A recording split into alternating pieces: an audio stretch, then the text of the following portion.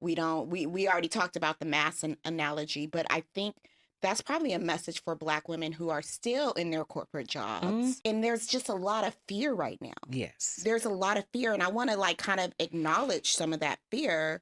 Like, how can you get past the fear where maybe you're staying in the job for too long, or you're going after roles that you know are beneath you? Like, how do we manage this fear that is, I think, really heavy right now? Right. So I'm so glad you brought up fear because in some areas, like in addiction, they have fear as an acronym, right? And some other areas too.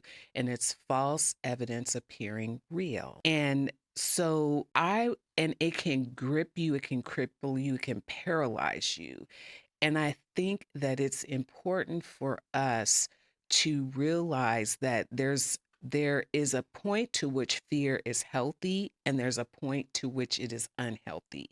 So I used to teach a course at the graduate level for risk and violence assessment. And as I mentioned to you before, I think that violence is being perpetrated upon us Oh, in absolutely. many ways. And Absolutely. so you want to be protective of your mind, right?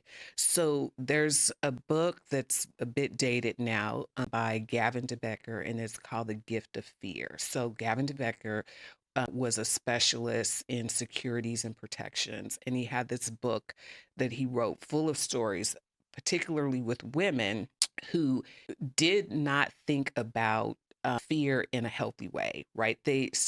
For example, you're going into an elevator and you got a couple of bags, and some stranger comes in. He's like, "Oh, let me help you with your bags," and you're like, you have that little. I don't think so. Mm. But because you want to be polite, you're like, okay, somebody's trying to help me.